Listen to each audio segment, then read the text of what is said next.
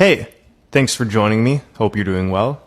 Far north, legends and mythology around the world have spoken of an ancient and sacred land.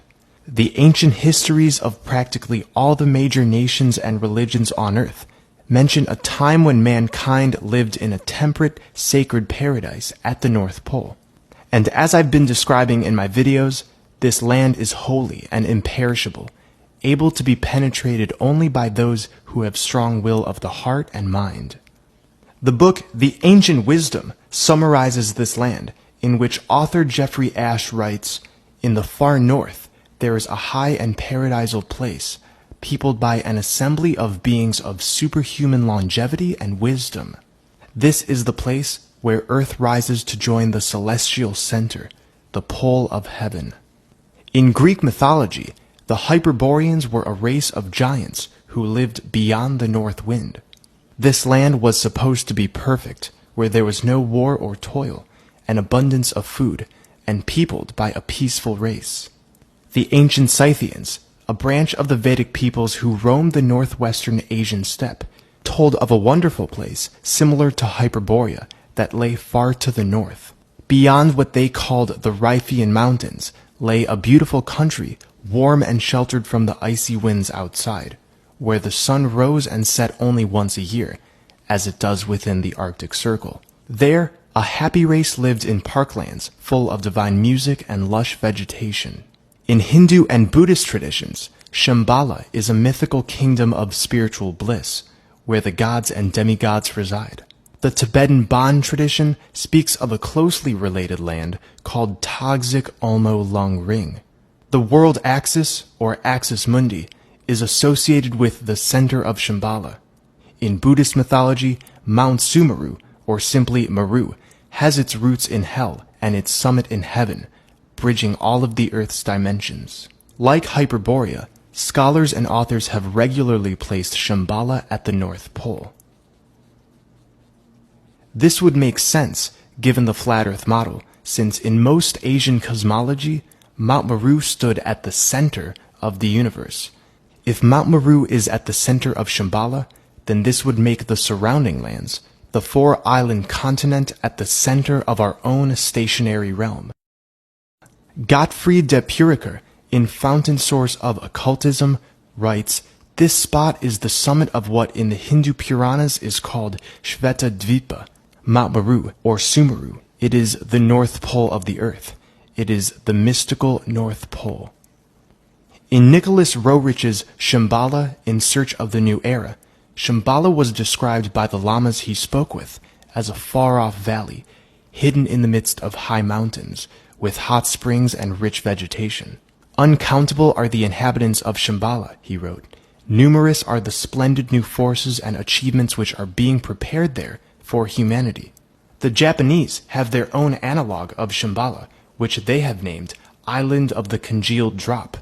The Shambhalan axis mundi of Mount Meru is accordingly named Mount Shumasen.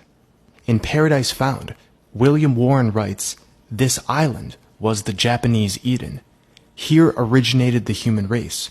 Its name was Onogorahima, the Island of the Congealed Drop. The island must have been situated at the pole of the earth. The island formed by the congealed drops was once at the North Pole." One of Warren's largest correlations was that of the Garden of Eden's Tree of Life with other mythological world trees, strongly suggesting that all cultures were describing the same axis and locating this pillar in the Arctic. So many cultures had a world axis, and oftentimes it was a world tree located at the center of their cosmology. We could absolutely draw comparisons to Mount Meru. If anywhere in the temple of nature there was to be an altar, it could only be here. That it was here finds a fresh and unexpected confirmation in the singular agreement of many ancient religions and mythologies in associating their paradise tree with the axis of the world, or otherwise, locating it at the Arctic pole of the earth. The biblical Garden of Eden is said to contain 4 central rivers which parted from one main source, and a river went out of Eden to water the garden, and from thence it was parted, and became into 4 heads.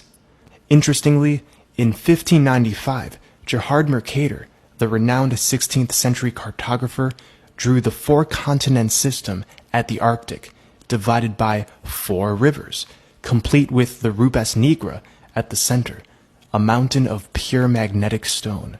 Mercator describes this land in a 1577 letter to John Dee.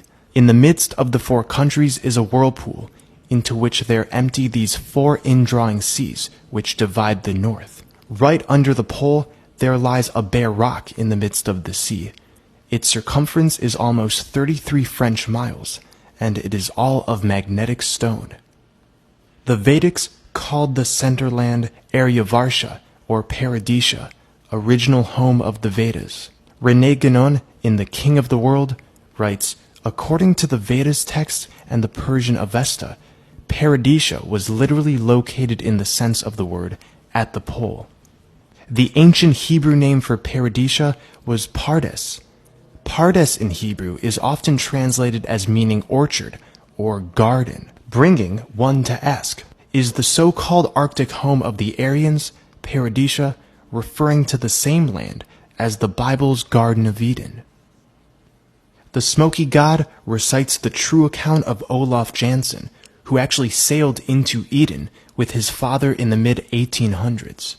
It's written, my father was an ardent believer in Odin and Thor, and had frequently told me they were gods who came from far beyond the north wind. There was a tradition, my father explained, that still farther northward was a land more beautiful than any that mortal man had ever known, and that it was inhabited by the Chosen. One day, he turned to me and asked, my son, are you willing to go with me and explore, to go far beyond where man has ever ventured? I answered affirmatively. Very well, he replied. May the god Odin protect us. And quickly adjusting the sails, he glanced at our compass, turned the prow in due northerly direction through an open channel, and our voyage had begun. Upon entering this land, it's written, the bank of the river, covered with mammoth trees, rose up several hundred feet in beautiful fashion. We seemed to be on the edge of some primeval forest that doubtless stretched far inland. The city we had reached was called Jehu. The houses were large and beautifully constructed, and quite uniform in appearance, yet without sameness. The principal occupation of the people appeared to be agriculture. The hillsides were covered with vineyards, while the valleys were devoted to the growing of grain. I never saw such a display of gold. The door casings were inlaid, and the tables were veneered with sheetings of gold. Domes of the public buildings were of gold. It was used most generously in the finishings of the great temples of music. Vegetation grew in lavish exuberance, and fruit of all kind possessed the most delicate flavor. Clusters of grapes, 4 and 5 feet in length, each grape as large as an orange, and apples larger than a man's head, typified the wonderful growth of all things on the inside of the earth. The great redwood trees of California would be considered mere underbrush compared with the giant forest trees extending for miles and miles in all directions. Olaf and his father had passed Franz Josef Land on the way, so given the 4-continent system, it's quite obvious that the land they were in was the southern continent, Jambudvipa, which would be closest to where they sailed. This is known as the island which humans inhabit. Perhaps this means that Jambudvipa is the island in which humans usually come to on their way from the outer lands into paradise. The North Seal Project is leaving the outer lands next July in order to pave the way to what we believe to be our sacred homeland. We intend to go to the same land as Olaf and his father, Jambudvipa, through North Greenland, documenting everything involving the trip's preparations and live streaming what we can. Hey guys, it's Andreas here from the North Seal Project, and if you like what we're doing right now with our videos and our Indiegogo campaign, please consider checking out our Indiegogo campaign website in the description box below or in the pinned comment. Thanks for your support and see you soon.